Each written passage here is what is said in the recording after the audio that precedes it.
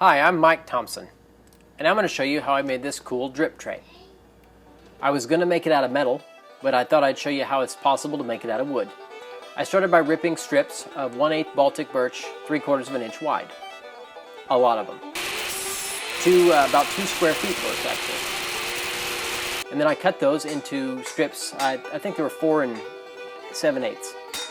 The point is, I've got these 2 rails that are parallel. I'm marking the center and then 1 inch of each side. And to get this cool pattern, all I had to do was make sure that my front and back rails are parallel, and then these have to wedge in at exactly the same angle, because, well, Pythagoras says so.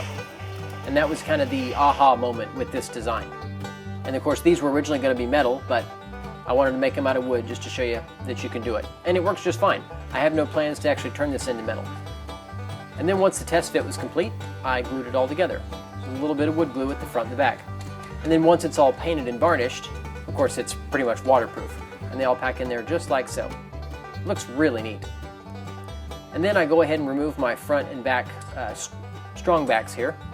This tile that I worked on prevents the glue from sticking, so that was really handy. This was a leftover tile from our bathroom renovation. And that pops loose without too much effort.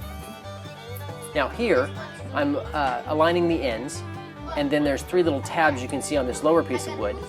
I'm going to glue 3 tabs onto this piece as well, and these 3 little tabs will support the drip tray and of course allow it to be removed. I'm not actually securing the grate to the tray so that I can remove the grate and wipe the tray out, because it's not going to have a drain, I don't think, yet. We'll see. And then I measured and cut my ends here on the bandsaw. That far one's already glued up. This one here just glues up like so on that edge, making sure, of course, not to glue the grate, and then glue the front on and weigh it down here at each corner. Get that position just perfect there. I don't want to pinch the grate too much. And then I added these 2 little braces to keep the front and the back of this parallel. Now I've got to size this bottom piece here. I cut it oversized on purpose. I need to trim it down so that it fits inside here, just like so. And this shape ends up being a trapezoid, it looks really cool. So it's not a square drip tray. I made it a trapezoid so that the little grate actually ends up, looking great. And 3 little holes here for mounting screws so that it can hang on the front of the door, just like so. And it looks pretty darn good. But go ahead and subscribe if you haven't already. I'm Mike Thompson, and thanks for watching. I really appreciate it.